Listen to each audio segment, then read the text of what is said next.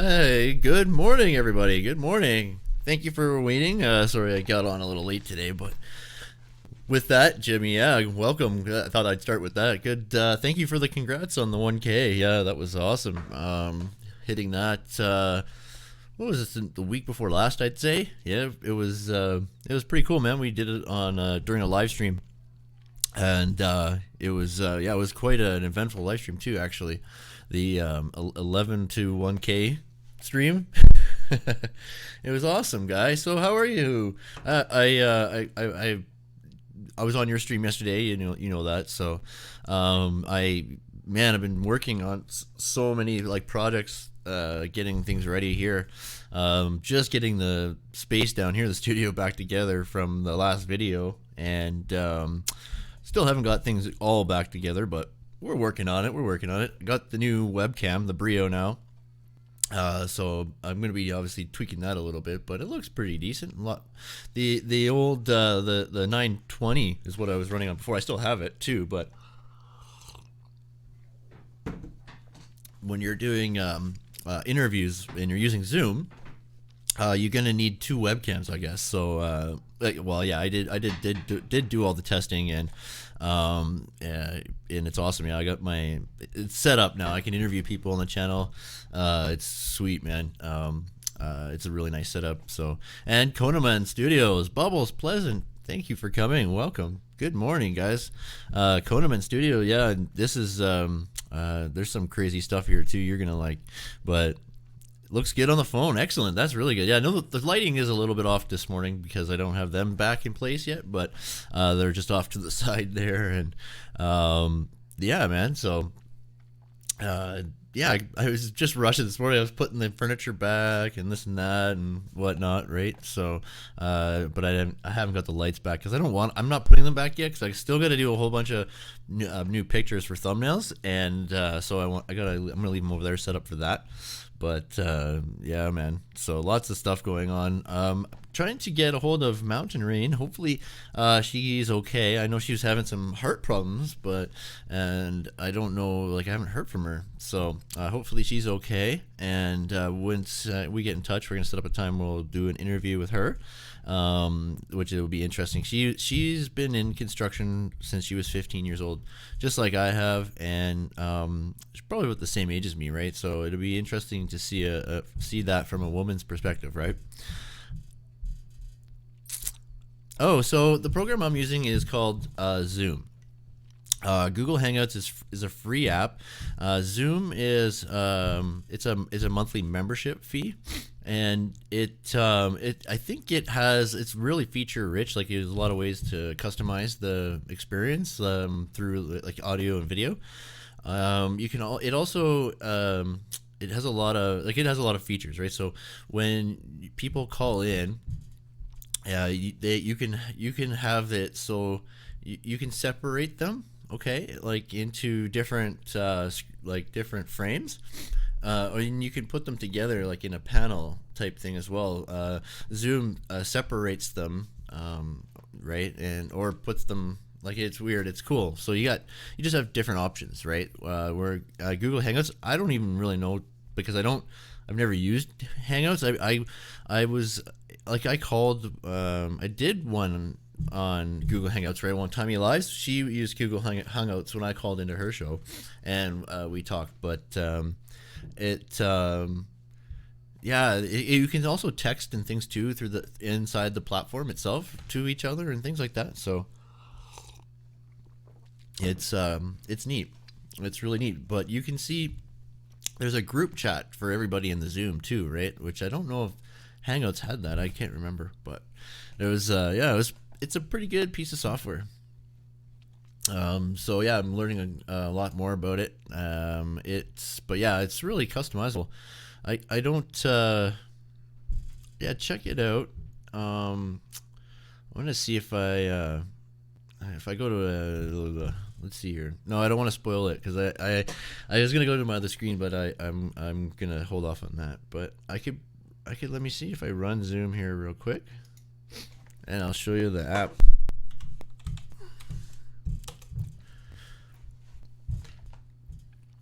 Alrighty.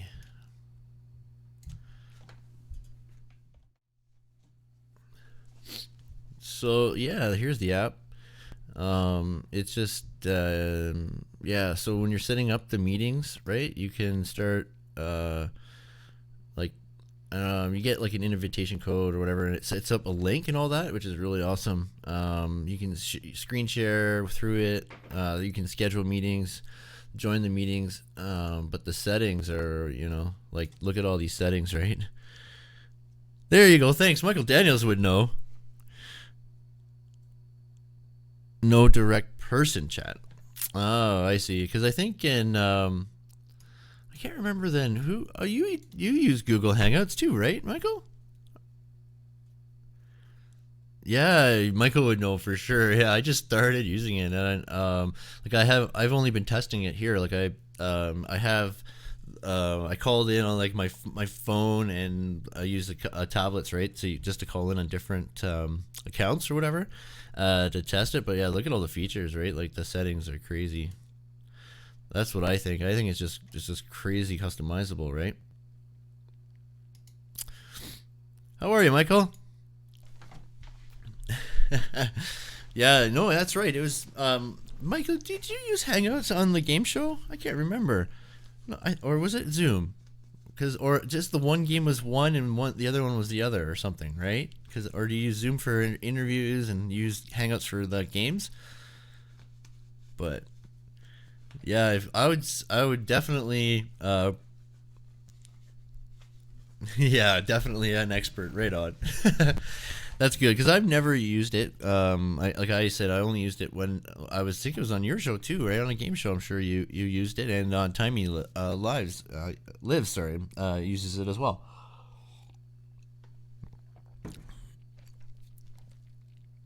Right? Yeah, that is a challenge. That would be a challenge for sure. I think yeah, this whole YouTube thing is very like there's a lot of tech involved in it, right? So if you were like just kind of like I was kind of lucky. I guess I always took computer courses as well when I was in school, so I was lucky to kind of know a lot about them before I started. Hello, Walker family. Good morning. How are you? For the first 2 years now. Okay, now you use Zoom. Yeah, right on. I like it. I do like it. It's a really nice program.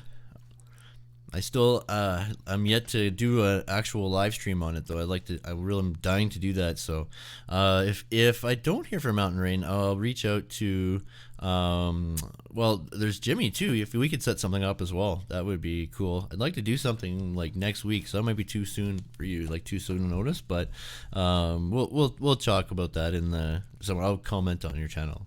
And yeah, Thor's Hammer, man, that's a wicked project. I can't wait to see more on that one too. That's gonna be awesome.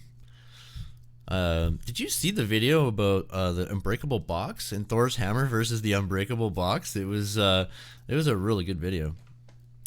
Hello, Suhana. Good morning.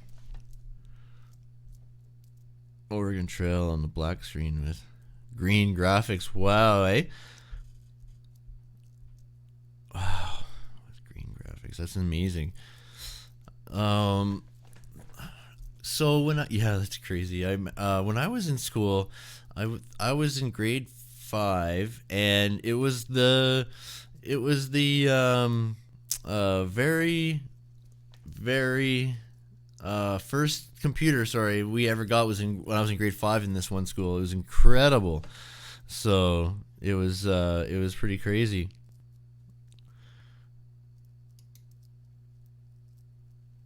So only 220 pounds, right? Yeah, dude, that was a crazy show actually. So what did you think? How heavy is yours going to be? It's huge. It's going to be massive. All that steel you've put in there, right? So, but man, oh man, I don't know if you've seen any of this equipment. Like, there's a one piece in particular that I was looking at, and it's really neat. I've never seen it before, but we'll get into that right next.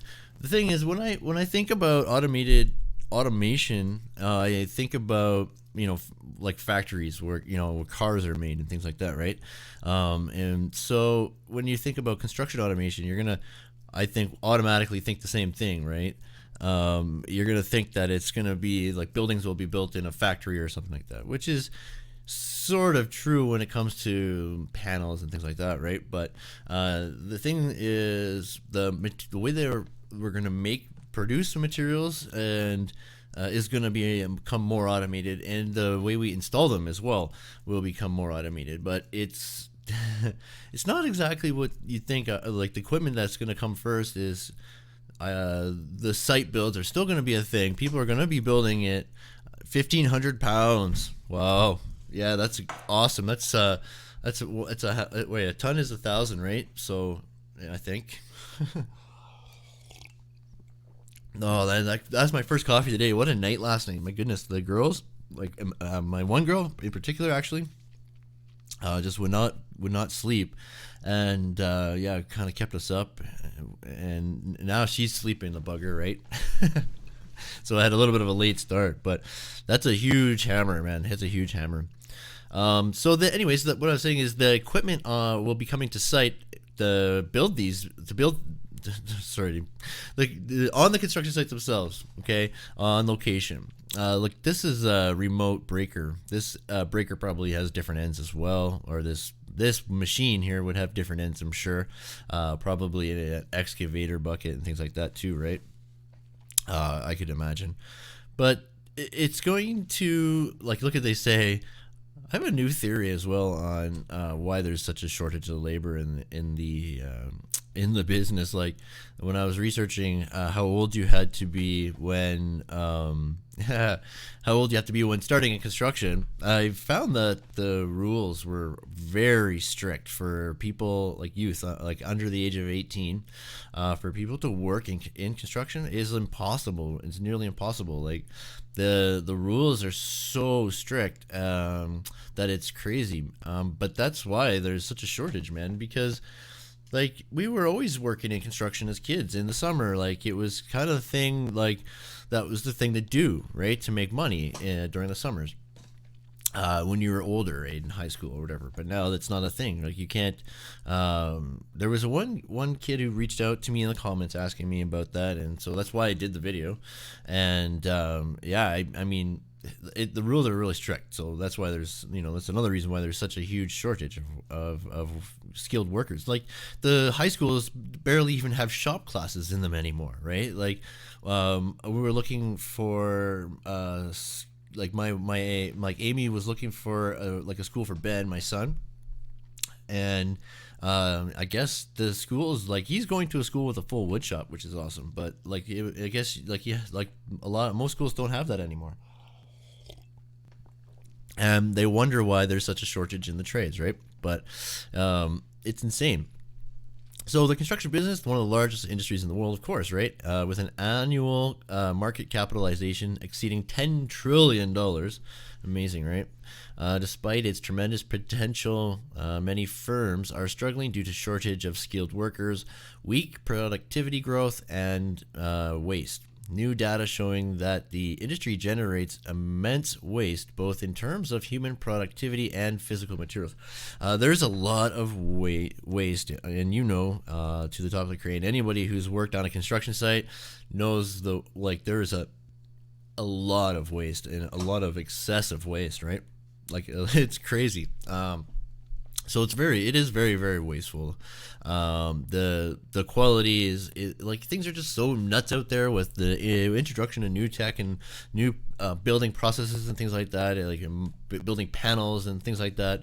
The rates have gone way down because now you have people competing in different, like, you know what I mean, with different processes. Like it's different, right? Like it's with the guys who have the panel factories, they're doing it for less than the guys on site building, like stick framing right on site, and because of that, right, like the wages of the guys who are working on site, which it takes longer, have to compete with those rates that and timelines that the panel factory has. Right now, you see that there's definitely a huge advantage to the people in the panel factory, right? And the guys on site are definitely suffering, right?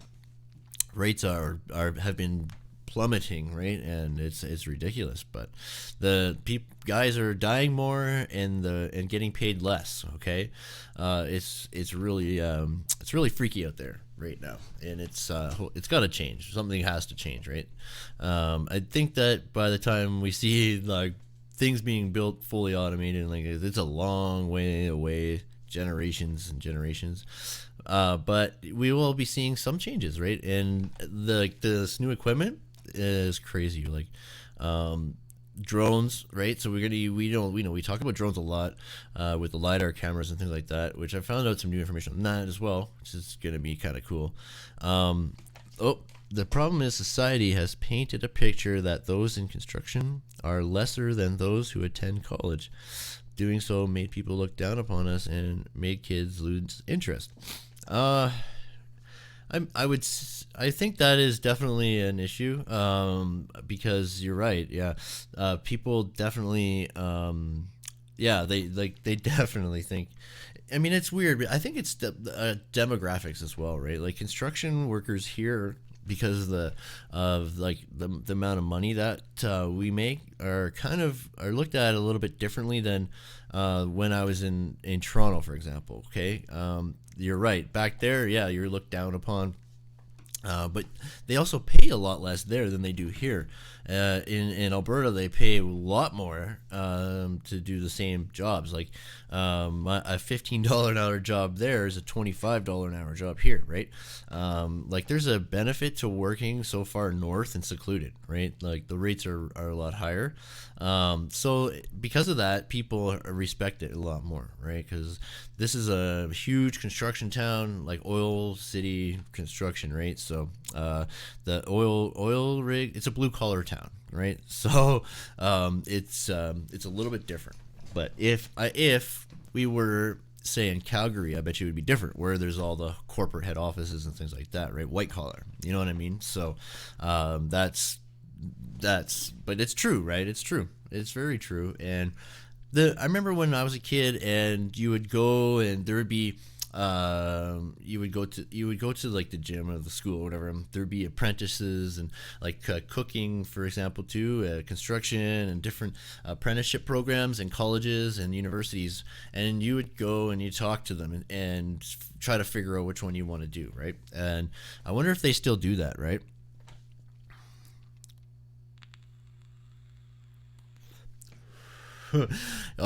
Yeah, I know, and it's crazy, and that's like I've always been fascinated with cranes, and I love cranes, and I had a lot of fun rigging, but it was the money, it was the paycheck I was chasing, and that's probably the wrong motivation to chase a trade, right? Because I did spend a lot of time in it, but and I'll never regret any of it because it was a blast.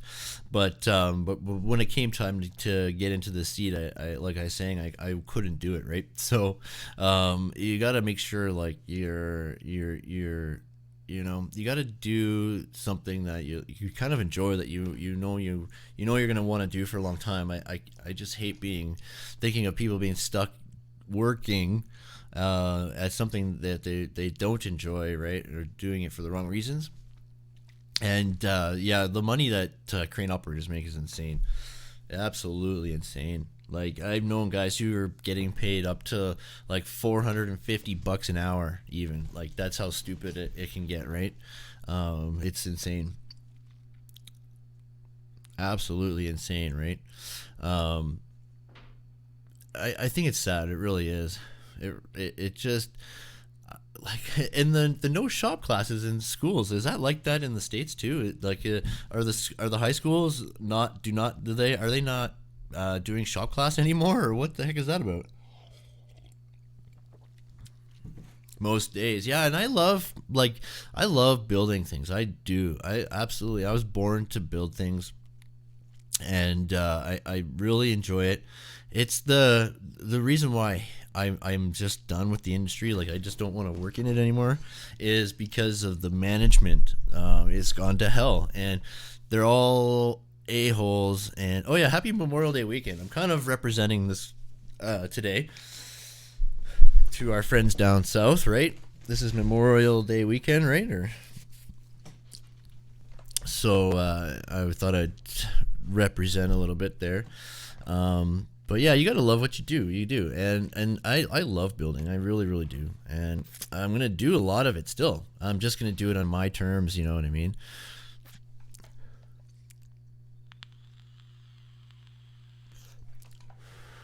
Yeah. So the sports went, and then the shop classes. Like, what the frick is going on? Like our school systems are just they're messed up. They're really messed up. Like, um, when I was a kid, I played sports. I took shop classes. I took advanced shop. It is Memorial Day. Good, good, right on. Super cool. So happy Memorial Day. We do Remembrance Day in November, and it's a big deal too. Yeah, we always take the day off and stuff like that. It's a big deal. Yeah. I actually come from like a military family. My father and I would be like the first generations to not join the army. My grandfather's was my mother's father was in the Air Force, right?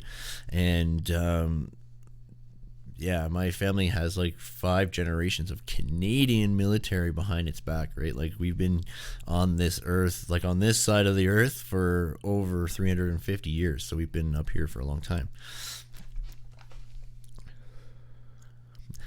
Yeah, yeah, sports are put on a pedestal. I actually heard that about that, you guys. Which is it's kind of cool, and it's kind of not, but because I mean, being active is important for kids. Like, so sports is important, I think. And if I was to pick sports or shop, I would pick sports for sure. It's good. It's good team building. It's good for social skills. It's great exercise. It's just you know what I mean. Kids would benefit more from them. It's just I guess it's up to us dads now to teach our kids in the garage how to do things. You know what I mean? I think that's what it's come down to, right? But yeah, why would anybody want to get into something without having any experience, hands-on experience with it, right? Good morning, Brandon. How are you? Construction Kronies. Yeah. Good to see you, pal. Good to see you. How's Brandon today? Wow, that's so sad. I can't believe it. One of my favorite things in school was shop. I took we had I went to a technical school, right? So I had there was like 3 levels of shop, and there's like medium, basic, or basic, medium, and advanced, right? So I always took the advanced, which was called the telecommunications technology back then, which was electrical and stuff like that, right? But I did that for 4 years of high school after, right? Because in grade 9 you have there's a program where you go to every shop class that the school has for an equal amount of time. So you have auto, you have electrical, you have wood. What else? We have mechanical shop, wood shop, auto shop, and electrical shop, right? That's pretty crazy, right? So we would, in the first year in grade 9, you'd spend a certain amount of time each one. And then you could pick, which was amazing, right? Wasn't that? I thought that was amazing.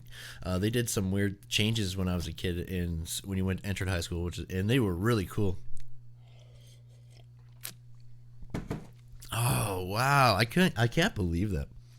That is pitiful. That is so sad. I don't know what the kids are learning these days in school. All computers and stuff, right? All computers and math. Is that what it is? Like, I don't know. I think that they don't, like, even the literature is changing. Like, they're not teaching the same things that I did when I was a kid. That's for sure. And no cursive writing and things like that. Taking out cursive writing, like, what the heck is going on with this world, right? So back on to automation, like we were saying, Brandon, that when you're thinking of automation, you kind of automatically think about like a factory almost, right? Like a car factory or something, right? And if you were to build buildings in a factory, it could be harder to do, but you could build pieces of them and ship them to site, right? Until the day that buildings will just start appearing out of nowhere, right, all around us, which will be 100 years from now. But still, they're going to be to get from point A to B. We're going to see a lot of new developments, and like robotics is huge, drones for inspections and things like that, right? The cameras, like the lidar imaging that we've talked about and things like that, is insane, right? Well, let you see that. So, excuse me. While a reported 200,000 construction jobs were left unfilled across the United States last year. So look at this here. So what is this thing here? All the while productivity in sectors like retail and look at that. Construction is one of the least digitized industries worldwide. Proponents of technology have pointed lack of automation and adoption of technology as the primary reasons for the industry's poor performance. If you think of it, like look at retail and agricultural has grown by 1,500% since 1945, and because they're automated, you know what I mean? It's insane. I can't believe this. 200,000 construction jobs were left unfilled. Wow. I mean, we're probably way up there too, but I think that they really need to think about what they're doing. Like it's a mess, right? Like they need to pay more, and they need to transfer liability back to them, right? Like it's insane how crazy things have gotten now. Like it's awful.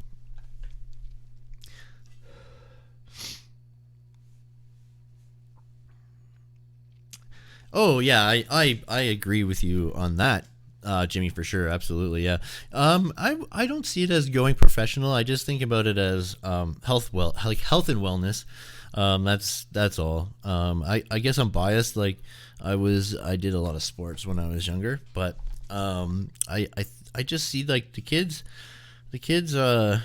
nowadays are like, if you don't keep them active, like they're glued to screens, and you know what I mean. But I feel you there. I got you. It's a really tough call. Like it's a really tough call. Shop is important. Yeah, you bet, Jimmy. No, you have a wonderful day, buddy. I'm gonna reach out if I don't see any. If I don't hear back from Mountain Rain, maybe we could hook something up. And either way, I'll be doing some sort of interview this week. I guess it's this week now. I'd like to get that tested out and see what just really dying to get it, to try it, right, and get that series going. But you have a great day, Jimmy. Thank you for coming. And then even if a kid isn't going into the trades, the skills that, yeah, and I agree with that too. Right, Brandon? I agree with that as well. The skills are good. You're right. The electrical skills that I learned, I mean I rarely use them. But it I guess it depends, right? Like even if I took auto shop, like I don't do it, right? That'd be awesome, Jimmy. Yeah, I will for sure. Absolutely. Thank you for coming, man. Let me see here. I'm going to, you know what? Since it's just like a pretty chill stream, Memorial Day, must be some stuff going on, eh? But I'm gonna check this out. We'll go over this page, but I can show you a video. Have you ever seen a telebelt, Brandon? Or know what a telebelt is? So anyways, yeah, drones drones conduct site inspections and monitor inventory, which is actually freaking cool. If you could imagine having a drone flying around site to count your material on site, what that's awesome. Could you imagine being able to pull up on your computer and find out right away, okay, how much square feet have we put up, and how much materials on site, and then it's going to automatically tell you like, oh, you need to order this and things like that, right? It's going to be like that. We're going to see. Okay, we're going to see more BIM, further BIM integration like that. But the drones, like I still haven't seen any drones on our sites. Okay, not flying around inside the site at least anyway, right? But yeah, so the telebelt is something. It must be new, but I'll show you here in a second. Dan the man, Soderholm, hit that like button, everybody. Yes, please don't forget to hit that like button. How are you, buddy? Nice to see you. Good morning. Happy Memorial Day. How's your wife? I hope everything's good, you guys. Yes, sir. Happy Sunday, man. But yeah, the inventory management.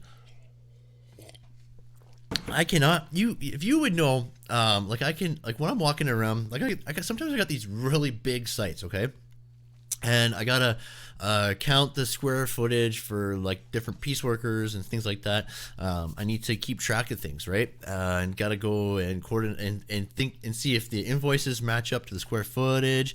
You gotta do ordering and things like that, right? There's a lot of time spent walking site, physically counting things. Okay, if you could do that all automatically at a snap of a finger on a tablet, that's amazing. Yeah, I think we had somebody said earlier. I think Koneman maybe every day above the this side of the dirt is good, right? So that's very true. That's very true. I think it was. I'm going back here. Yeah, it was Koneman. Yeah, good morning. It says if you wake up on the right side of the dirt, it's a good thing. Yeah. Very cool, man. The family's doing really good. Really good. I'm going to probably do another stream with the kids actually this week as well. I was gonna do one last week, but it was just got really crazy.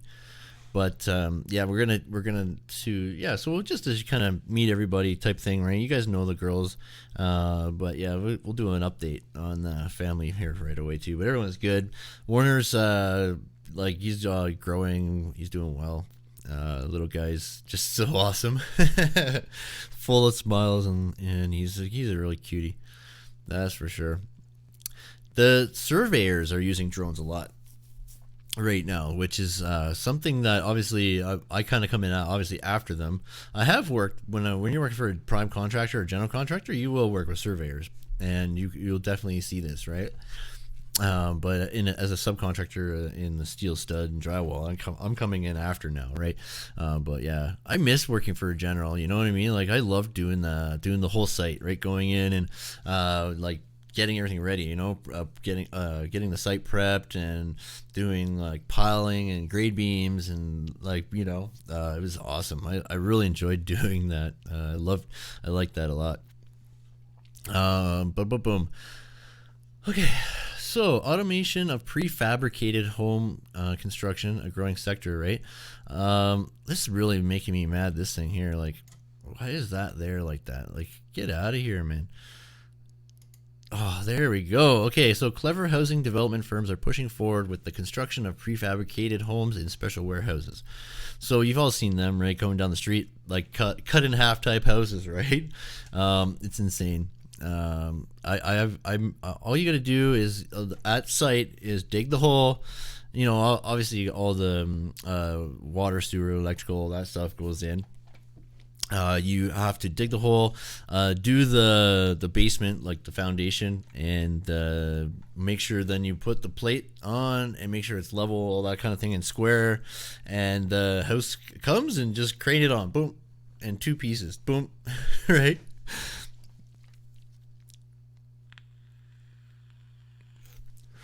Yeah, and it's amazing. Like they only need a few sensors. Like there's actually I'm gonna show you. I got a couple videos actually. I'll show you. We can go right into that. Let's see here. First, I'll finish this page real quick. So robotics applications promise to enhance efficiency. Yeah. So robotics, autonomous equipment. Ooh. Oh wow, that's cool.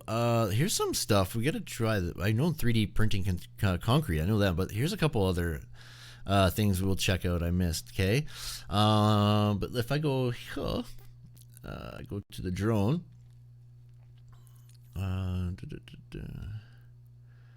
Right here. This is cool, man.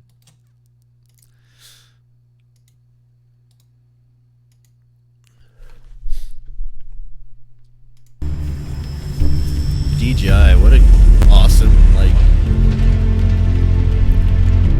Strabag is a European technology group for construction services headquartered in Vienna. Strabag is one of Europe's largest construction companies, and we cover all services related to the building industry. In 2015, we started using drones for surveying and 3D data generation to achieve efficiency gains for internal and external clients. This had an impact on our workflows and simplified many steps in our operations. Setting up ground control points used to be a time-consuming process. In the past, we needed 20 to 40 GCPs per square kilometer, which took several hours to place. By deploying the Phantom 4 RTK, we can reduce the number of GCPs to 3 to 5, and even to 0 under certain circumstances. For us, the Phantom 4 RTK is another step forward in making construction surveying with drones simpler. It is compact and flexible, and therefore can be a useful tool for our teams at Strabag. In order to use all the benefits of the fully integrated system, in RTK mode, we are using network RTK services. To achieve even more accurate results, especially in areas with bad mobile network coverage, the DRTK2 mobile station can be connected with ease. The long battery life of up to 30 minutes allows us to map large areas during a single flight. The Phantom 4 RTK provides an integrated flight planning app in the remote control, including all relevant surveying parameters to make flight planning easy and efficient. This helps us to gather consistent data that can be easily processed with accurate results. If the area is too large to map on a single battery charge, the Phantom 4 RTK will automatically resume the mission at the same point after the battery has been replaced. Isn't that incredible? That's amazing. Without ground control points, the achievable horizontal accuracy is up to 3 centimeters. This is the foundation for delivering good results in volume calculation, terrain modeling, and progress monitoring. The Phantom 4 RTK also offers the opportunity to choose between RTK and PPK. After the flight, the data is uploaded on-site to the cloud to be processed by the surveyor's preferred post-processing software. Drone-generated survey data is comprehensive, which is an advantage for detailed 3D modeling and related evaluations. Thanks to the Phantom 4 RTK's consistent data capturing process, engineers are assured that they receive the necessary models according to their project requirements. In due course, the models are available for the engineers to download on-site. Drones are proving to be very efficient tools in the construction industry, and I'm convinced that they will be integrated more and more into construction processes on the international stage. As an innovation leader, it is our desire to execute complex construction projects with the highest quality and to deliver results on time. The Phantom 4 RTK contributes in many aspects. We are looking forward to working with the Phantom 4 RTK.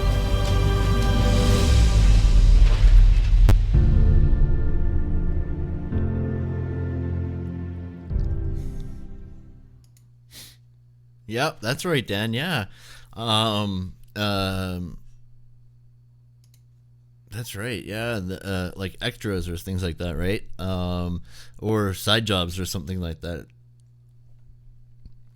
But yeah, right. You're right. Well, can you cover this for us, right? Which would be which is awesome. I do. And then new drone technology is raising the bar and enhancing the construction process. Insane. KPI X5's Don Ford shows us the latest developments.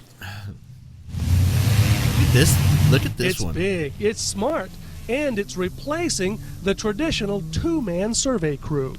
we use a LiDAR, light detection and ranging.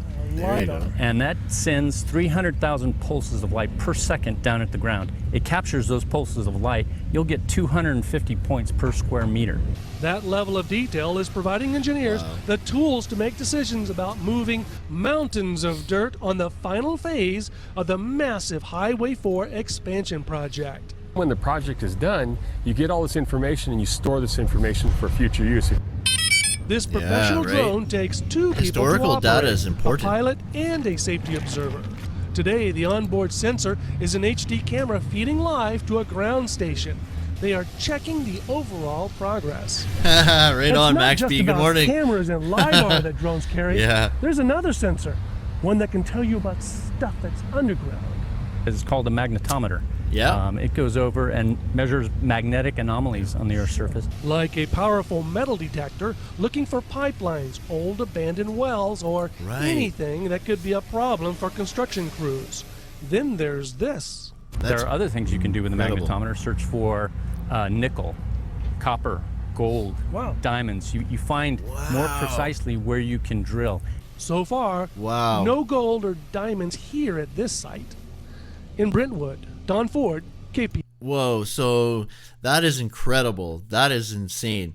So what that is something I just learned. I didn't even hear that before, because this is the first time I've cut onto this. So it was what the heck did he call it? There's a different sensor camera that will detect the metals and things in the ground, right? So while the crews are digging and things like that, the cameras or the sensor, whatever it is picking up like old abandoned sewer lines or like metals or things like that. Right? It's insane. Isn't that amazing?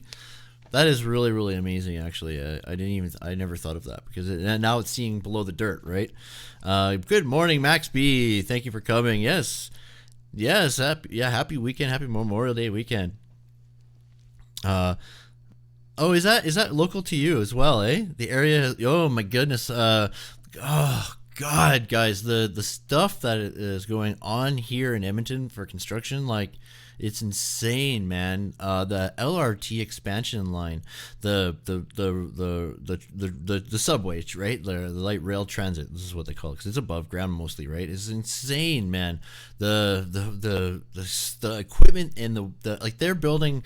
They have the on-site precast factory, right? And they're building like the sky, like the tracks, right? And they're above. They're going above. Thing. It's crazy. It's absolutely insane, right? They're going above the roads and all that, but the amount of concrete and groundwork is insane, man. Like the tracks are going everywhere, right? Like they're freaking. I should look at. I don't know how many miles, but even some of the new equipment I've seen is incredible. Like the Mammoet. They have like the remote control, those hydraulic lifts. They got a bunch of those here. It's really cool stuff. Now that it's summertime, right? I'll be covering more stuff, right? And I'm not a big fan of going out in the snow and shooting film. So now that it's summertime, I'll be getting more of that as well. So, but yeah, I gotta give that a like. I think that's incredible. That is incredible. So the telebelt. Let's go. This is the blah blah whatever. So let's go. These are actually really interesting pages, guys. They're full of information. This is a telebelt, right? So it's a concrete moving machine. Okay, like a concrete pump truck. This is different. Let's see here. As the material is conveyed rather than pumped, a telebelt eliminates the concern of separation and loss of air entrainment. Okay, so as the material is conveyed rather than pumped, a telebelt eliminates the concern of separation and loss of air entrainment. Okay, so that's cool. A great choice for non-pump able mix designs. A telebelt can easily convey aggregates such as sand or rock as large as 4 inches in diameter. It's also possible to place gravel and concrete on the same site on the same day. Since telebelts can perform multiple tasks, since they can, as a result, less manpower is required to place high volumes of material in the right location. Our teleboat has the capability to run at very low operating heights. It's ideal for jobs with height restrictions, such as under power lines or under bridges, and can be moved into structures or buildings with limited access. So the teleboat is something I've never seen before. Well, I thought I did, Brandon. It's supposed to be time for it should be starting this week technically. I've been trying to get a hold of them and I haven't got back to me, so I'm hoping I did, because I've been off for freaking ever. I need to get back to work. I need to get some money. Yeah, it's been forever, man. But the Putzmeister is one of the bigger ones, and it's actually pretty neat. I got some footage of it too, but they got a bunch of different ones. But I've never seen this before. Has anyone seen a teleboat before? This is my first time. Yeah, you can build my beach on the balcony of my 25th floor penthouse. There you go. Right on. Yeah, it's different. I mean, I've seen the pump trucks. I've worked with lots of pump trucks. Good morning, Cruiser Mac. How are you? Good morning, man. Good morning. Yeah, I mean, these are well developed. I'm surprised I haven't seen them before. Or maybe I have, I just never noticed, you know what I mean? But I like this. You could transfer aggregate and concrete with these things, which is really, really, really handy. Let's see here. Where is... Actually, what I'll do is I'm going to cut these out. Anybody want any links that I'm showing, just ask me. I have all the links on a list, so if anyone's interested, let me know. And I can paste it. Oh, duh, come on, man. And doing well. That's good. Very good. Very good. I need to get some, let's see here. Popski. Let's get some music up in here right now. I'm getting kind of tired, man. I might need to go get another coffee. That was my first coffee of the day. Lift up. Lift up. Fuck that.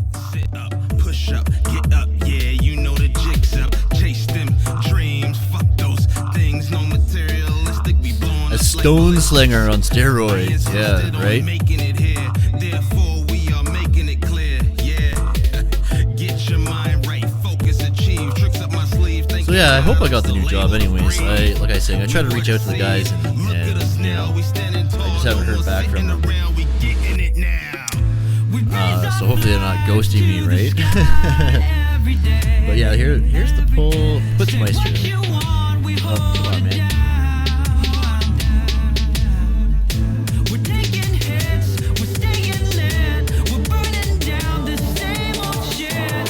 Hey, Wilro. Yeah, smashing the like button. Thanks, man. So yeah, here's Putzmeister. Oh, they were at BOMA 2016. Anyways, I kind of want to check this out real quick. How's Wilro, buddy? How are you, man? I'm so glad you made it. Excited. Oh, but yeah, family, friends, and food. What, I'm homesick right now, big time. I've been lifting up, never giving up. Let me know if the music's too loud. I live in Edmonton, Alberta. I'm from Ontario, and I really miss it. I really miss Ontario. I really miss home. I miss family, friends, and I miss my old job, and I'm just really homesick right now.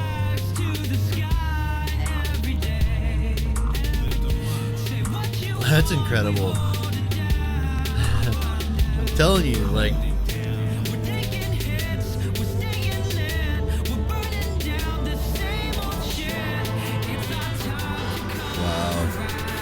where are you guys from? I know where you guys. Where are you from, Cruiser Mac?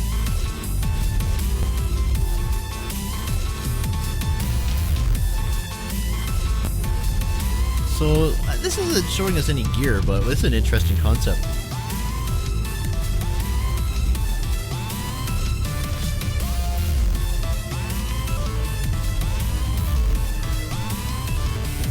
Concrete pump. So, okay, whatever. It's a concrete pump. Yeah, okay. We all know what a concrete pump is, but what we want to see is the telebelt.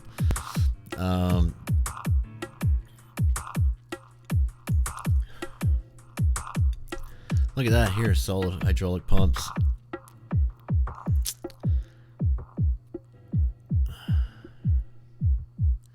Ooh, research and development facility. Neat.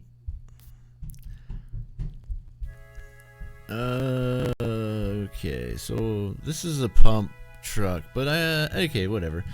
Let's see here. I think it was this one here.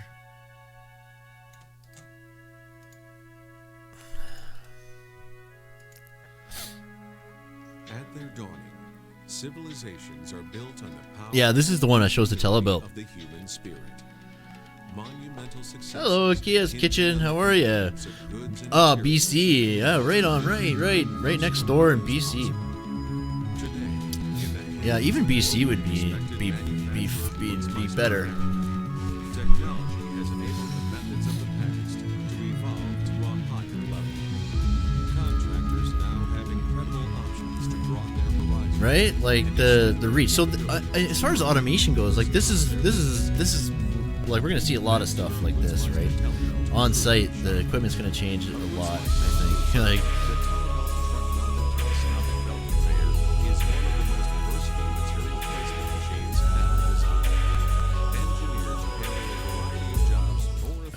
Not a big fan of that. Placing equipment. Telebelts are ideally suited for jobs that require high volume outputs for fast and efficient placement. The ability to convey a range of different materials. The flexibility to deploy and operate on low clearance jobs. Edmonton's like it's just a fucking like it's not the same anymore. It's not the same. And quick setup and cleanup to perform more jobs in one day. Versatility, reliability. See that was a gas station, right? So what they're doing there is they're dropping the P-stone around the tanks, right? I've done that before, actually. Ready mix truck easy on a job site. I was saying, building gas stations designed to convey a are variety fun. of materials. Telebelts work with both standard and specialty hoppers to enhance speed and efficiency on the job. Eliminate concerns about concrete segregation and air entrainment. Yeah. They can also handle any slump requirement. In fact, slump requirement. Telebelts are about the only option when a job calls for mixes that cannot be pumped, such as pervious concrete. Riverbank and waterway lining is simple. Underground fuel tanks can be a challenging job. Once the fill under the tanks is completed, the operator can finish the job without a hoseman being in the hole. Many sites restrict the use of equipment close to the pour. With their fantastic horizontal reach capabilities, telebelts are excellent for jobs like drainage fields or filtration systems. Large agriculture buildings, like animal containment facilities, go up quickly, with a telebelt taking concrete as fast as the ready-mix trucks can deliver it. Proudly made in America, Putzmeister telebelts are designed to provide many options for placing all kinds of material on different job sites all around the world. Versatility in material, versatility in the type and location of jobs, and versatility in maximizing the productivity of your existing employees and material assets make a Putzmeister telebelt invaluable to your business. Offering more than equipment, Putzmeister provides classroom operation and maintenance schools and on-site training to support telebelt owners and operators in the field around the globe. With every new telebelt, stuck with a house here. Service technician will walk you and your employees through your Putzmeister. Yeah, we actually just bought a house before Christmas. Around-the-clock technical support, a parts inventory worth more than $35 million, and the 3-year, 6,600-hour ProVantage warranty plan help ensure that your telebelt investment won't be eroded by downtime. Regional customer support. Okay, I'm going to be right back. I got to go actually grab another coffee, but check this out. This is the other option, right? And then we'll talk about that because the telebelt is different. I've never seen it. I don't know if you guys ever seen one. It looks like it's been around for a while, but I'll be back in 2 secs.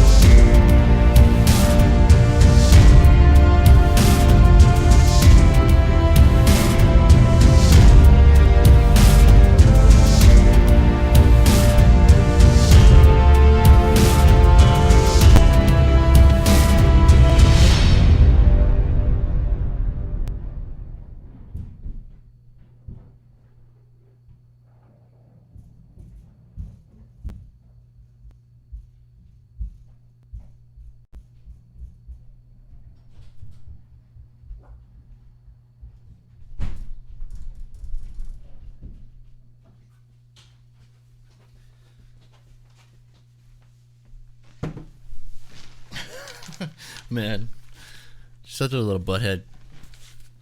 So there's like no audio on this. Oh, what? I left you without any audio. That's awful. This is these forms, as you know, are another way to do it. Obviously. But okay, so I'm just surprised by the walls and everything. Actually, right? Like I've used Perry forms before, where you know like they're you put them all together, whalers and all this stuff like that.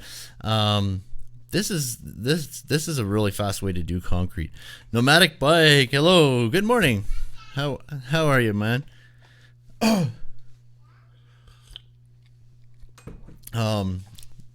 There's a lot of shoring that goes into the builds, right? Like, you remember the olden days when all this was done with like scaffolding, like tube and clamp and different things, right? Like, these systems are incredible. Absolutely incredible. And the other option is the precast forms, right? That come in, fly in, and you just kind of piece it all together. Let's see here. Precast, how it's raised, precast high rise. I think this is right here. Tube and clamp. Doing really good too, man. Doing really great. It would be better if I could find a good station, a good radio station to play. Let's see here. The Lone Wolf, I love it. The Zombie Dinosaur. What's that about? The Zombie Dinosaur. It's an interesting picture, anyway. Popsky's usually good. I'm surprised it wasn't good this morning. The zombie T-Rex is back, undid swag with that old school rap. Cause it's Curtis Blow with that nerdist flow. That's hilarious. The flag on the track. 4 records deep, 5 EPs, 1 mixtape, cause you can't kill me. Poison when I spit it, Komodo Dragon, Nerdcore royalty, Kimono Dragon. Oh, you know what? Insulated concrete forms. You guys seen this as well, right? Like, boom. Blast forward a little bit here. So, but I'm wondering, because usually they're... So, you don't take the forms off right after, is what I mean. Like, so it's rigid. It's rigid, rigid insulation. Interesting. Wow. I've never seen it done like that before. And of course, then it's filled with concrete and it's got rigid insulation both sides. Interesting. And then the flooring as well, eh?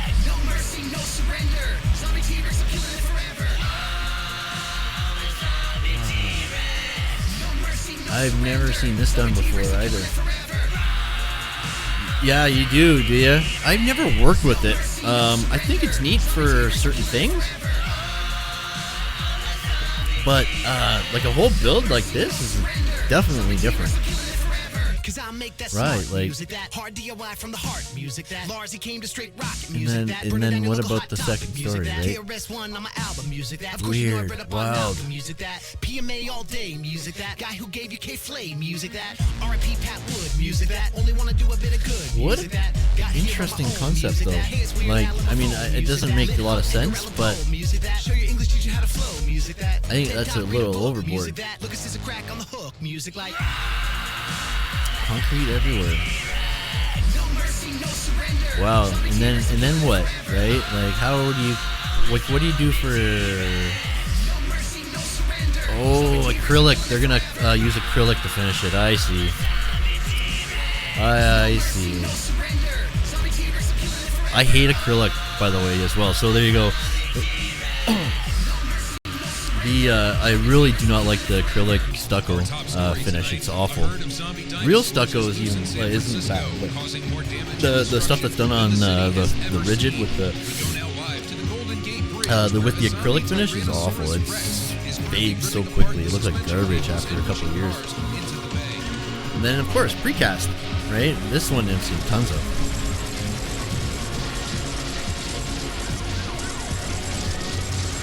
Interesting, Cruiser Mac. The new building code, building code R values has given ICF a new lease on life. Interesting. Yeah, the form is the insulation. That's right. Yeah, the concrete is the forms don't come off. That's right. Yeah, I'm just like curious though. Like you would still have to. I think it would be a pain in the butt. Like you'd still have to frame walls even inside, because how are you gonna draw walls, right, and stuff? I don't know. It doesn't make that much sense unless they had like every 48 or 2 feet they had a like a backing of some sort where you could screw drywall into. I don't, you know what I mean? It's a little crazy. I've seen tons of this, the precast, right? This is very popular. But this here, oh my god, this here is amazing. I'm going to show you something really cool here. So yeah, precast, nothing special. We've seen it for years, right? We all know what that is. But here we go, check this out. So Fast Brick Robotics.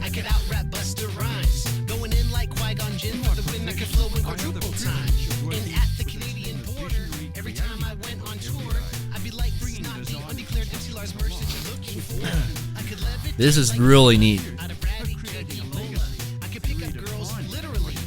They do. They have plastic strips embedded in the foam to screw on the drywall. Interesting. I mean, I think it'd be freaking cool if they were wide, like, cause you could, that would be sweet. But plastic is weird. I would like it if it was metal. I would be like, sweet, but plastic's weird.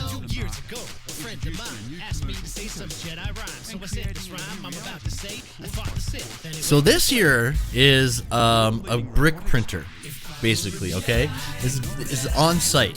So again, when you're thinking automation, you're thinking of something built in a factory. Well, here's another example of the factory equipment coming to site, right?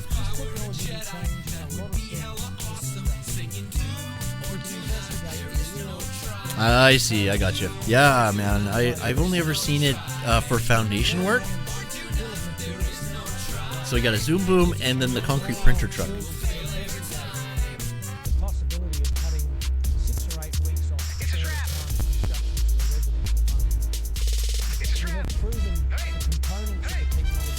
So, wow, so you just load the pallets.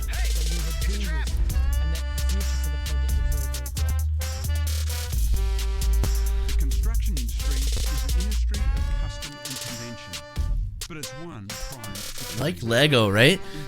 Just Lego. That's darn Lego is what got me addicted to building in the first place.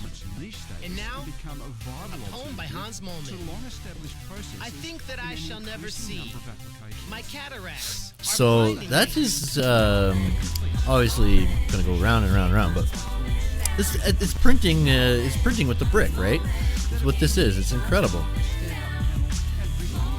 Oh, look at that! It's doing interiors partitions. Whoa, that is sick. I love brick though. I really, really like brick and stone.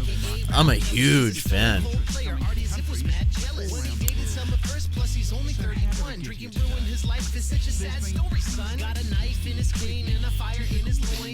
Oh wow, yeah, dude, that's another thing. Yeah, like I was thinking, when you do that, you're pretty much gonna have to build a furring wall inside, anyways, right? Like you're gonna have to build, for all the plumbing and electrical and things like that. You're gonna need to build walls inside, so it doesn't make any sense at all. It doesn't make any sense to me. Yeah, the ICF form doesn't make sense to me for a whole house or a building. It doesn't make any sense. So look at this. There is adhesive there. There's some sort of adhesive.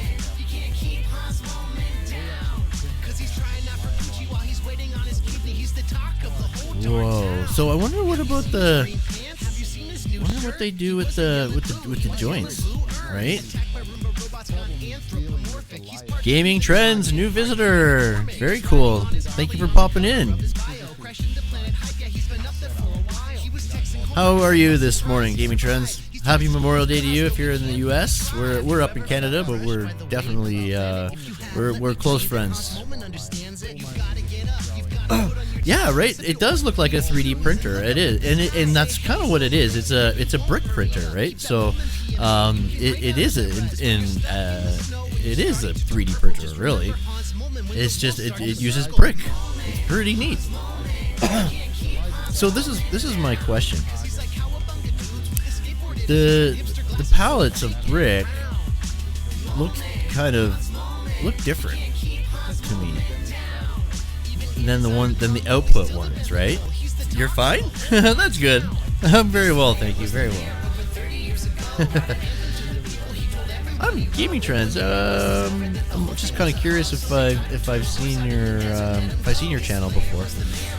Up there. I'm going to check it out right now, anyways. Open a new tab. Here's our friend there. Nice. Ooh, did you just start on YouTube? Because yeah, you got a nice banner, a nice logo, nice thing. So, I am subscribed. I've already subscribed to you. So we must have met somewhere. But yeah, I do like this banner of yours. Do you do your own graphics there, Gaming Trends? I like I say, I'm a huge fan of brick, but the same issue arises, right? Like you could surface mount conduit, right? But you know, which one are you? Okay, no, don't order that. You're probably the last person. Here's daughter number 2 coming to say hi.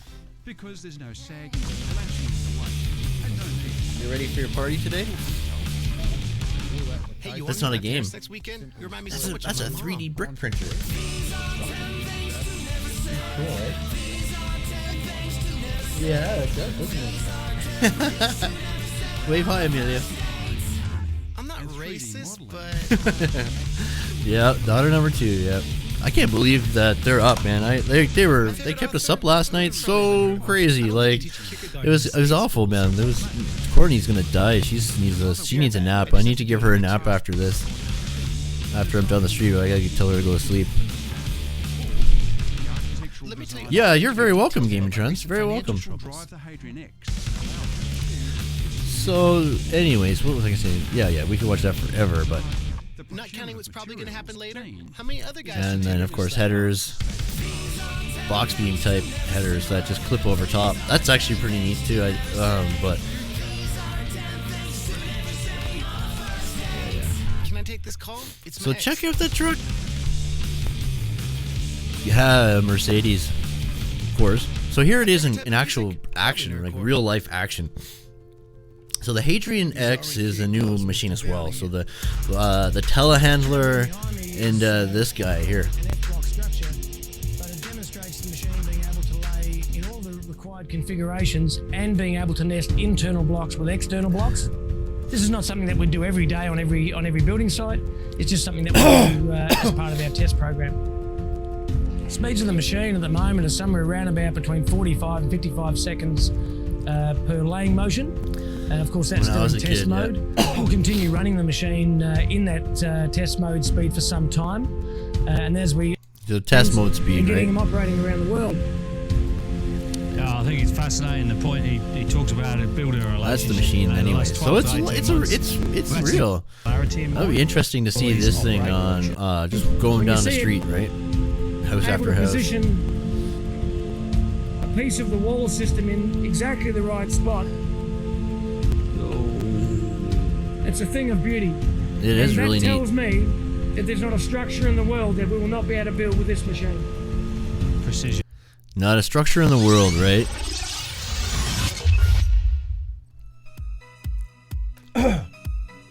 Atlant 4000.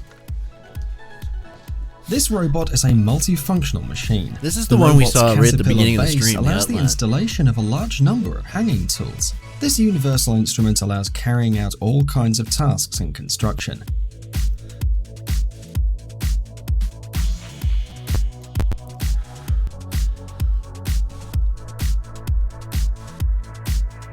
This assembly machine is designed to perform long and effective work with a hydraulic hammer. The 3 sections of the rotating arm allow the operator to install the hydraulic hammer at a 90-degree angle on any surface, ensuring the highest possible clamping force.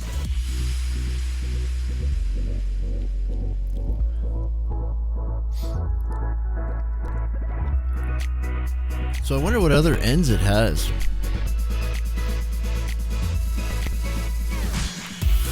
The conical claws, the bushings, the reinforcements in the heaviest areas, and the powerful hydraulic cylinders provide the reliability necessary to withstand the vibration and shock load generated by the hydraulic hammer. The electric motor does not generate exhaust gas, and the robot can be used indoors.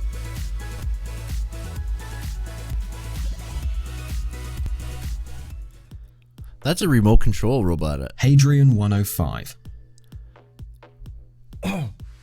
This machine can make brickwork on its own without human control. Its productivity is 225 bricks per hour, 4 times more than the capacity of a bricklayer. The engineers installed a robotic mechanical arm in a heavy-duty truck. The operation of this device resembles that of a conveyor belt or a 3D printer.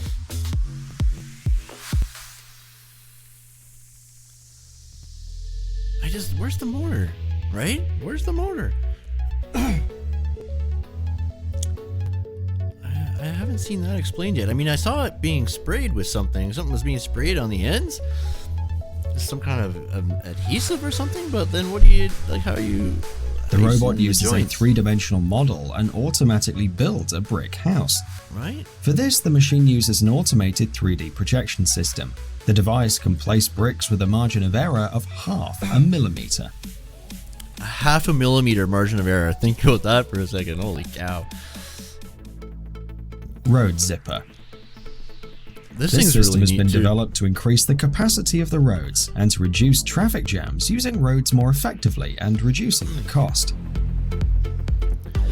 Has anyone ever seen the Road Zipper in their local community? I think this is a fabulous idea. Like, rush hours tends to be like this one technology direction, is you know used what I mean? in controlled so streets if they could and during the manufacturing of safe and dynamic highways, with the possibility of changing the configuration of the road in real time, you know what I mean? while Like preserving that's the a necessary really handy, protection barriers. really handy, really cool, actually, right? Give you know what I mean? Rush hour is always different. Towards downtown and away from downtown. This way, right? the system can change the amount of lanes on a road, you know, that'd be or sweet. increase and decrease its thickness according to the traffic in the city. DXR 310. This machine is ideal for demolishing buildings or for small jobs in the open or indoors. It's an ideal solution in difficult conditions. For industrial jobs, for example, this device can destroy a wide variety of materials. It's ideal for the demolition of cement and brick constructions, stairs, roofs, balconies, and to work under difficult conditions in enclosed spaces. Maybe there's no joint like it looks like on the rendering, right? Maybe there's not a joint. The telescopic swivel arm of the DXR 310 covers a working area of about 18 feet with the connected tool. The machine has been built with a high-quality steel and is able to withstand heavy loads. The reliable and resistant construction has been made by casting a tempered steel cut with integrated lifting points. I think it would be great. That would be so cool to have.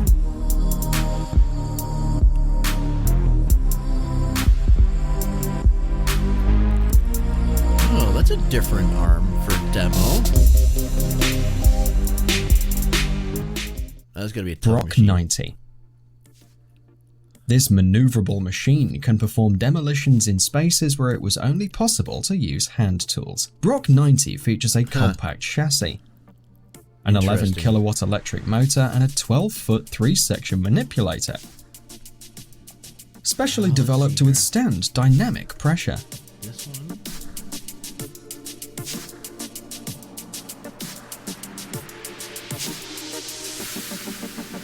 This construction allows working with a powerful hydraulic hammer. Brock 90 can be transported in an elevator, and its caterpillar base allows it to easily move in areas more than 2.6 feet wide. This robot is the ideal candidate for the best universal demolition tool in the world.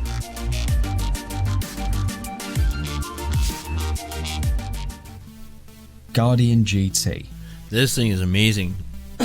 This robot has 1 or 2 highly dexterous arms mounted on a track or wheeled Sarkos base. Guardian It has attracted the attention of many thanks to its the- great technical characteristics. the A force-multiplying robotic exoskeleton system, that a they're load making for capacity of construction? about Wow, 400 man. pounds, and a speed of over 4 miles per hour. This thing is incredible. Wow. Do you imagine?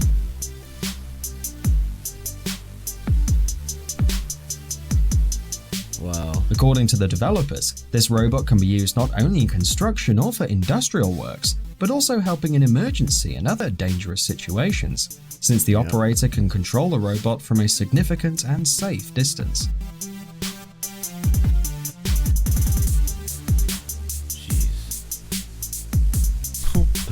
Oh, that thing's amazing. Oh, yeah. TBM this thing's cool, S867. too. The hold bore. The operation of this device has been inspired by nature. Just like a worm, this machine thrusts its teeth into the rock and lets it pass through. In the front, it has a drill that uses cutting surfaces made of tough tungsten carbide, sharp carbide discs, and special blades for the sturdier rock parts. Can you imagine, like, the cost of these things? Like, wow. The drill allows using this machine for the creation of tunnels in mixed terrains. The diameter of the drill is 26 feet, while the size of TBM S867 is almost 400 feet, and its weight is 660 tons. GX DTC-50. Thanks to its small size, this machine is very maneuverable. Simple to transport and does not need constant assistance, which reduces operating costs.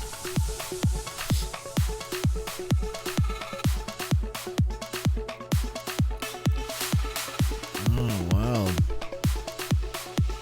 The small size guarantees great flexibility while working, resulting in greater productivity compared to larger machines. In addition, the noise levels of the GX DTC-50 are minimal. Yep. Drill it and then pile it, yep. Drop a cage in her and pour some concrete. That's something. Crawler 78. Yeah, the crawler, yeah, those are cool too.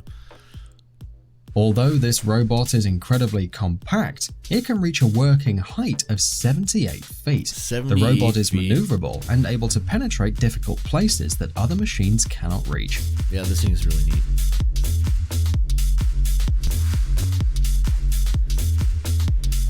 Ah, there you go, tree trimmer.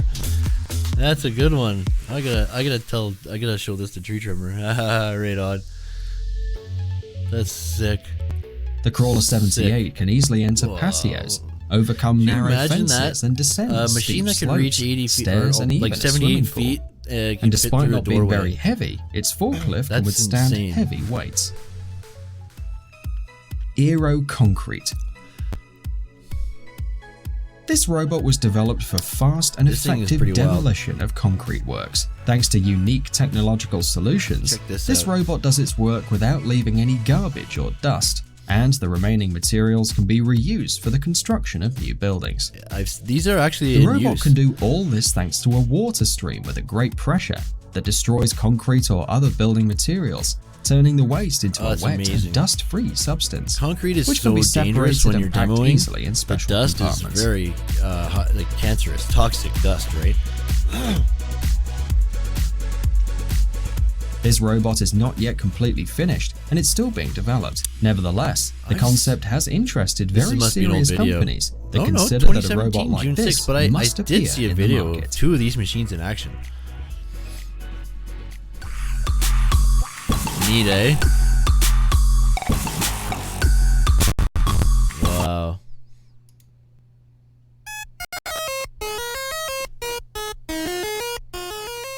That's pretty crazy, man. Oh, we already went through here. I think the concrete demo is crazy dangerous, and it's very toxic dust, and I love that. So it's like a vacuum cleaner that's gonna strip the concrete from the like, you know what I mean? Yeah, it's awesome. That's really cool. You do the pads, the columns, walls, whatever, right?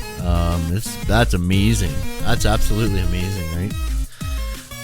I love these little pages because they tell you a lot in the titles. I love it. This is where I kind of get a lot of my it's like the rabbit hole. You know what I mean? Chasing after new technology. It's crazy, right? These also tell you about conferences and all kinds of information, right? It's amazing what's going on here. Framework for integrating BIM and IoT through open standards.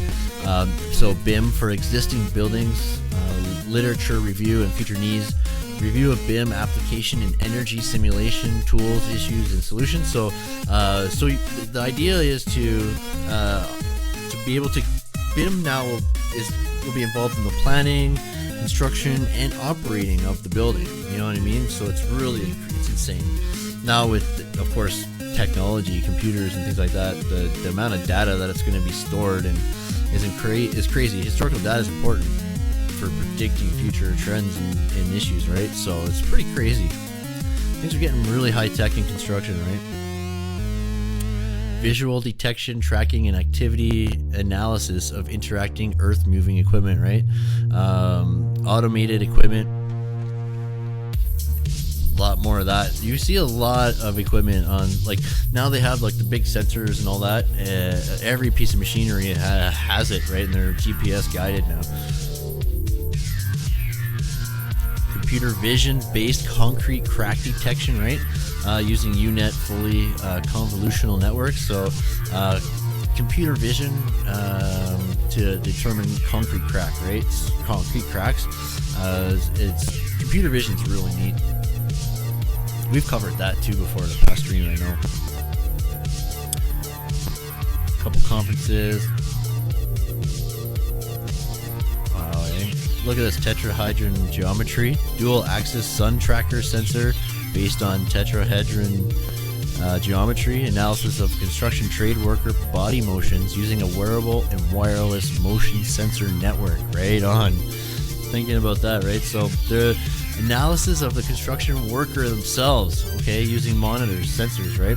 Wearable and wireless motion sensor network. So you know what I mean? You're on site, they're going to be tracking you at all times. I could see a little ear thing in your, you know what I mean? A little voice telling you to put your glasses on or put your gloves on or don't bend this way or you're gonna pull your back muscle or something. You know what I mean? That's crazy. 2D model-based scan planning for existing buildings. See, safe construction through wearable protection devices. Applications for virtual reality in construction, smart operation of heavy construction information. So there's no shortage of tech that we can talk about. That's for sure. This industry is the last to adopt all the automation and technology, right? So it's going to be very exciting, really, really neat. We're going to be seeing a lot of new stuff. The telebelt, I wonder what the rates would be in comparison to a pump truck. And obviously you could probably get more material quicker with these, it looks like. I've noticed that when it pumps, it's really watery. LiDAR. Does anybody, if you do not know what LiDAR is, it's advancing as well. It'll give you an idea. This video kind of gives you an idea. See if I can jump ahead a little. Get into the imaging here. Airborne, terrestrial, mobile, drone, UAV, right? So.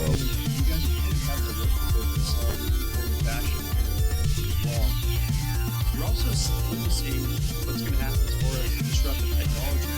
NASA's going to launch ICESat next year. NCGIS conference. I'm going to have to check that channel out. Satellites connected by satellites. There you go. There's the drone. So the Regal Rycopter. Regal Rycopter. Going to have a scanner, alcohol, that you can go inside the building and go around the environment. gonna do a quick search on that. See triangulated geolocation, but Regal. Oh, right there. RIEGO. It's not just about the outside; it's also about the inside. Facilities. Like a lot of this, we have a lot of this thing. Oh no, it was Regal. This has. So long-range LiDAR, robotic and autonomous systems. Right now, we've really launched the ability for anybody to use desktop. I think it's incredible the amount of data that in the vision, the vision that these cameras, the LiDAR imaging has in computer vision. The vision, wow. And now with that new thing I just heard about too, or we just heard about, sorry, that they can actually see under the dirt now as well, and that's incredible. That's incredible, being able to see under the dirt like that. I'm gonna see if export a version of this LiDAR in a way where you can actually just record the environment oh boy. and it can be streamed people outside the organization. Specialty series, performance series. So these are cameras. These are cameras. Download datasheet features. 300,000 points per second. 1,000 meters. Reducing the file size. Unparalleled performance in dust, smoke, rain, and fog. Wow, that is sick, man. That's a camera. That's a LiDAR camera, right? Panoramic 3D LiDAR.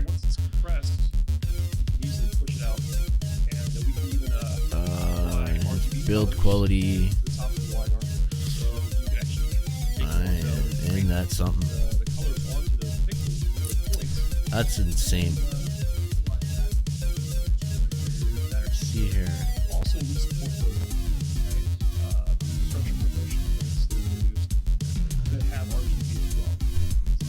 Let's see. Yeah, this guy is kind of dry. But you can see some of the different pictures that they can get out of it, right?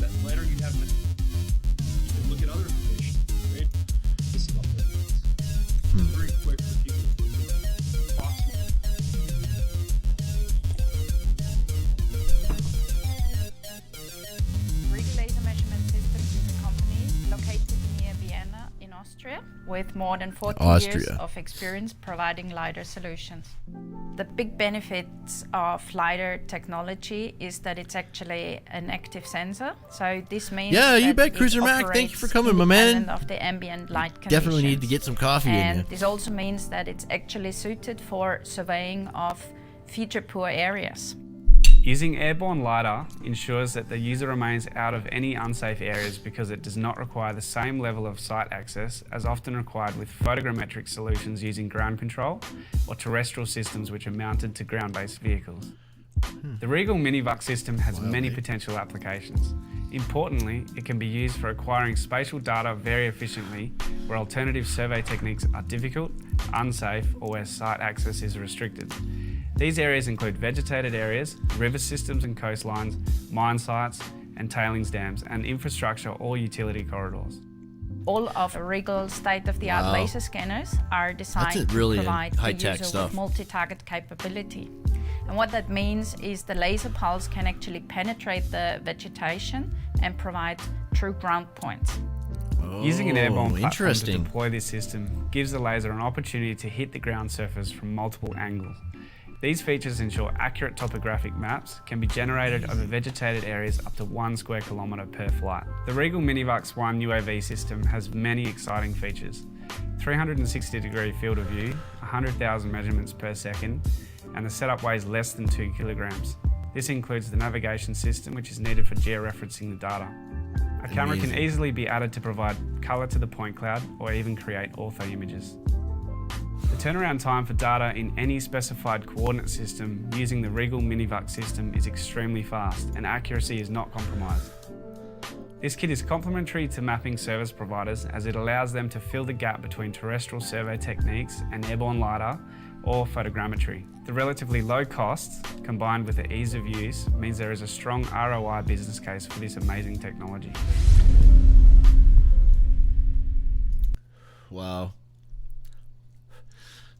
Drones are like a serious, like they're a big part of automated construction. They're the eyes, right? The eyes in the sky.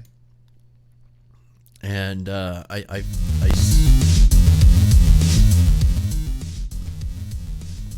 and the cameras, like LiDAR and all that. Wow. Impressive. Highly impressive. What else have we missed here? Have we done that? Yeah, we've done that. Done that. We've done that. Done that. Here's something we haven't done. I don't know what it is, but FrameCAD solutions. Yeah. Here's another interesting thing.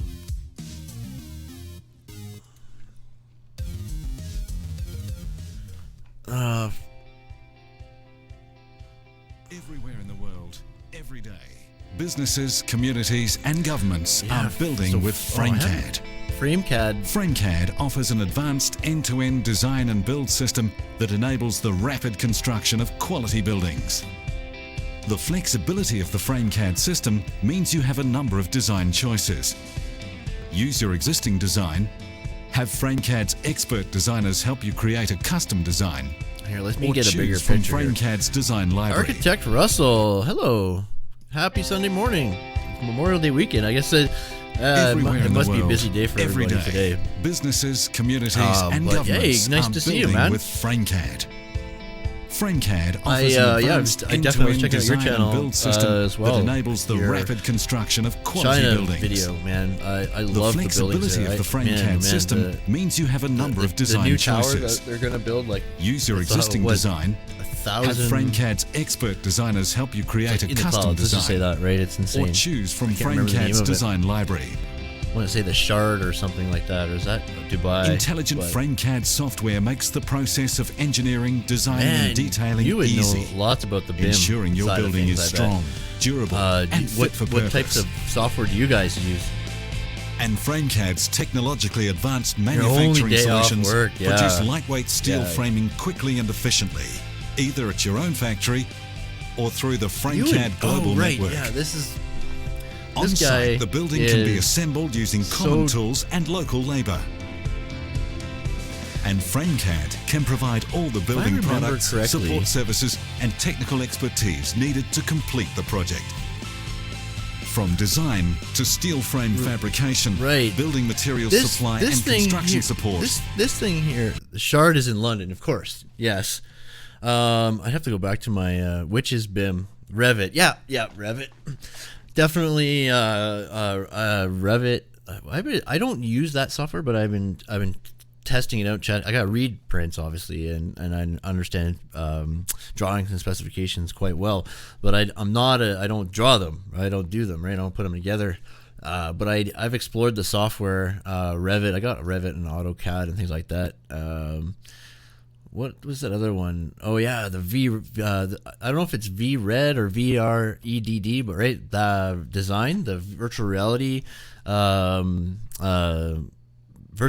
platform or environment, right? I got the HTC Vive, so that's pretty neat. Doing things in that, right? They provide examples that you can practice with, right? So it's really freaking cool.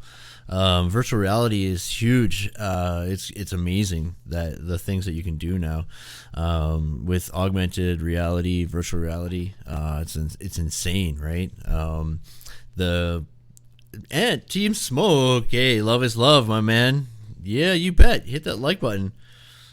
Yeah, yes, you bet. Yeah, out with family. I know we're gonna get our day going here too right away. But man, the thing is, like, things are changing so crazily fast now, and like, you know, that the construction is it's due, right? It's due for an upgrade. The whole industry, the whole biz, right? When we first started using computers and things like that, It was way so late in the game. I can't believe it, right? It took so long to adopt. And now that they've optimized every other industry in the world, the focus is on construction now, right? And it's insane. Like the LiDAR system, right? The LiDAR cameras, right, on the drones, amazing, right? For surveying and all that. The automation side of it, like it's gonna be 100 years from now, it's gonna be a lot different. Like I see planning on a global scale, you know what I mean? So I think that's one of the things now, right? We're putting buildings in places where we're trying to fit them in where they go, but with rich analytics, we can plan better, and I think the planning part of it is going to be even more automated. It's going to be insane. But yeah, historical data is important, and now we have a lot of it, right? And we're getting more and more. Buildings are becoming automated and more and smart. Now they're thinking ahead to like Google Sidewalk Labs, for example. The smart neighborhoods and things like that, right? Everything is going to be censored, monitored, and studied, right? So it's insane. Nomadic bike, yeah, nomadic bikes in the house. I don't know, how do you, so you use Revit, what types of stuff do you design? Do you work for a firm, or are you independent?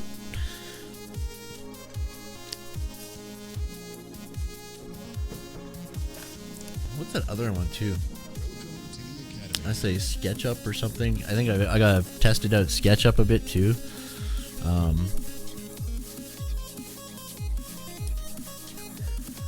I think that, well, you know what? One of the things I think that it's got to get less competitive. Like, it's the problem. Everything's so secretive and competitive in construction, which is a lot of money. There's $10 trillion a year up for grabs, and you know what? That's gonna be, you're gonna have some big players competing to get their hands on that $10 trillion.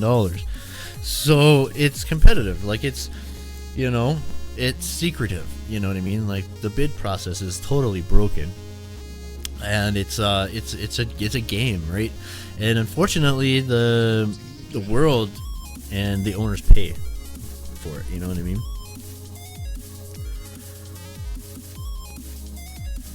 Awesome. So you work for a firm, actually a contractor. So it's like a design and build firm.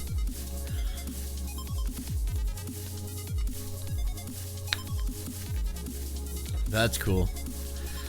I like working for for a general contractor, prime contractor. I really do. You get your hands on more. It's more interesting. You're not doing one thing all the time over and over and over again, right? Unlike framing and drywalling and things like that, right? I'm wondering if I could find this one video. I'm gonna check and see. Or you know what? Actually, might have. I actually have the page right here. China's mega projects. Yeah, here we go. I did a live stream on China not too long ago.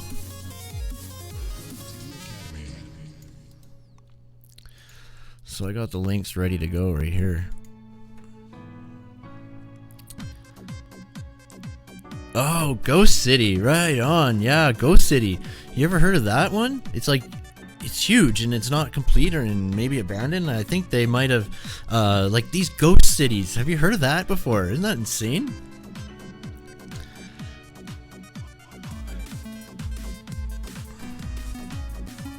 Oh yeah, I gotcha.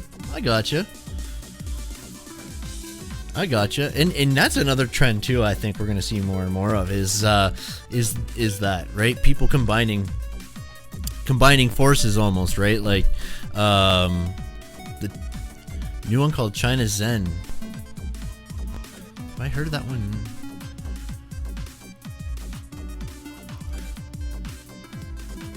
Let's check it out.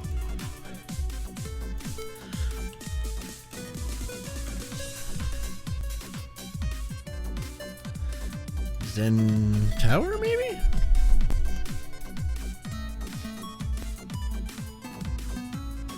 Oh, Zun Tower. Zun Tower, would that be the one? Remember, here's the most recent one. These are tough choices, and it's important to keep in mind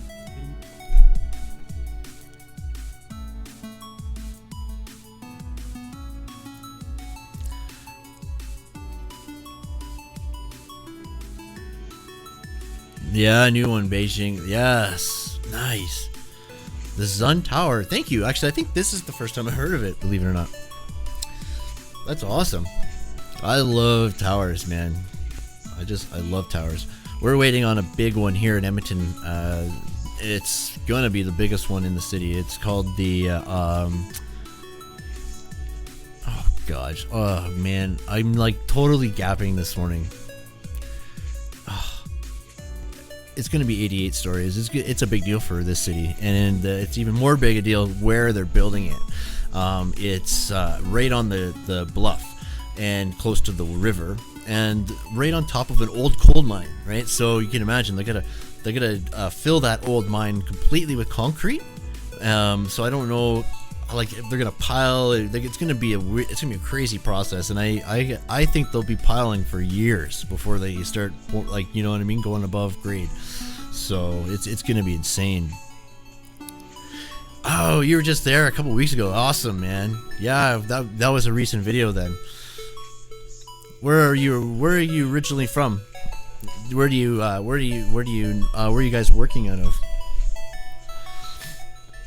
That's a beautiful tower, yeah.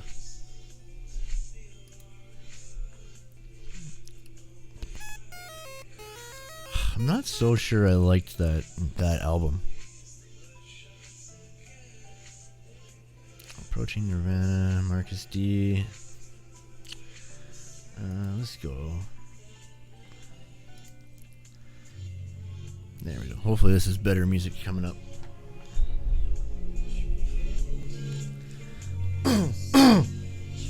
Need to edit the video, yeah. So you shot a video on this? Awesome. That's what I'm gathering. What a beautiful design. I love towers, right? So awesome. Very cool, man.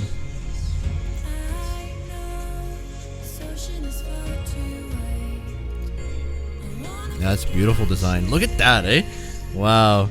Oh, UK. Tanzania, East Africa. Whoa, that's not weird at all, actually. That's amazing.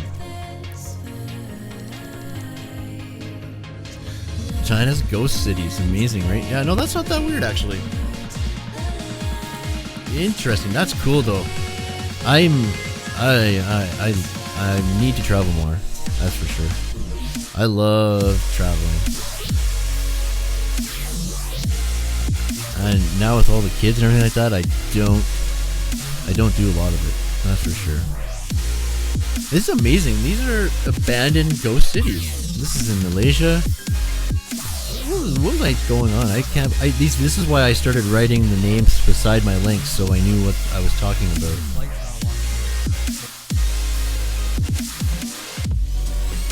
Here we go. Top 10 engineering projects of China.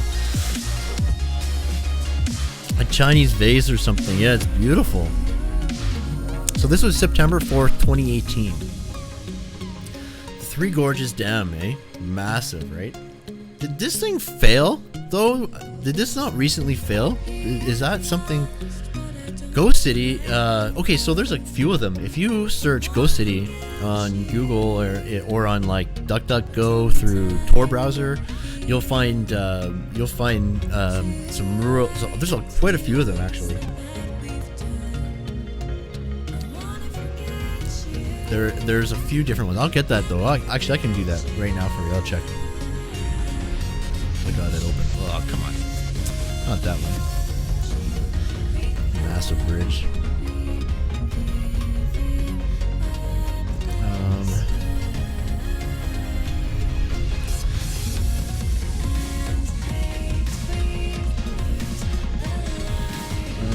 So yeah, so there's dozens apparently.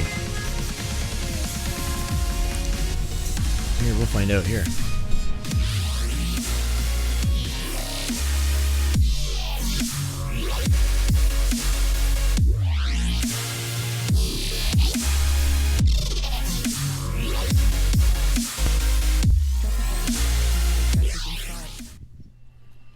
The neon lights are on, but nobody's home.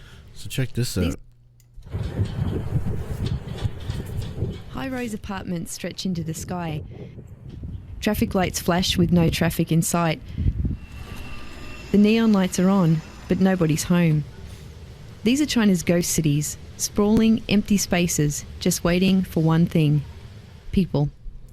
All of them were bizarre. China all would of them be were awesome. surreal. I really want to see no other way China. to describe just a city meant for thousands of people that's just completely empty. The few people that live here often wonder if they'll ever get neighbours. Samuel Stevenson Yang is a photographer working to document this modern Chinese phenomenon. I think the mission started because it was just hard for people to believe exactly how much empty property was all over the country. And we had to just go in person to take photos so that we could show people just the sheer scale of the building that was going on. Right? Isn't that amazing? As China's mass construction phase continues, bigger and more elaborate but empty cities are popping up. It's difficult to say. This, to me, is what happens when you have too much money. You need tax breaks somewhere, I guess. Just how many properties lay empty across China, but some guess it could be as high as 64 million. I was essentially able to walk through this, Manhattan-sized, new city, before it was, completely built. So you see the thickets of, skyscrapers. I mean, we're talking really, really, super tall skyscrapers, everywhere. And I was just able to kind of just walk through this area, and it was like, I mean, it's something that's kind of like a nightmare, kind of dystopian movie of the future. And you just wake up and all the people are gone, and it's just you and these empty, husk of, buildings everywhere. Hello, it's Wade Shepard, vagabondjourney.com. I'm in Wade Shepard's been documenting ghost cities since 2006. I mean, how long does anyone think it takes to populate a new city? I mean, this is an experiment that people haven't really done before. He sees the phenomena in a positive light, explaining ghost cities are just going through a stage between construction and inhabitation. Well, a lot of these new cities that got their start in around 2000, 2003, they're pretty much developed. If you go there, you will not know that they were a new city. You will look around, you think it was just a normal city, and you just assume that this is the way it always was, not knowing that 10 years ago people are calling it a ghost city. 20 years ago it was farms and villages. The critics say construction rates in China far exceed any foreseeable demand. Wow. And whether a ghost city becomes inhabited or not depends on its ability to create jobs. A few years back, 60 Minutes in the United States did a whole program about how this city was a ghost city. And yet within a year of that, it started filling up aggressively. But the reason was the government threw tens of millions of dollars in incentives to Foxconn, which is the Taiwanese company that manufactures iPhones. And so Foxconn agreed to put a factory in this town. Mr. McMahon estimates there are around 50 ghost cities across China, fueling economic growth, but financed by a mountain of debt, which could be a ticking time bomb.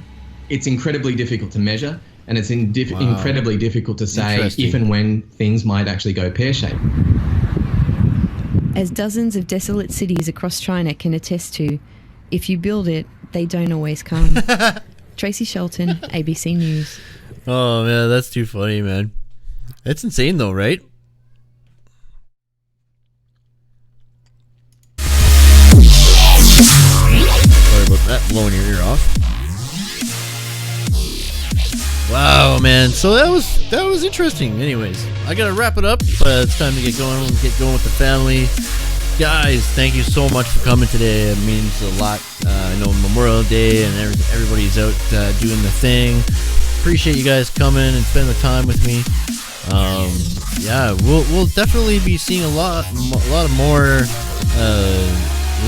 robots and drones. And, I could see the development of even better cameras and deep machine learning and artificial intelligence and augmented intelligence, developments in that aspect.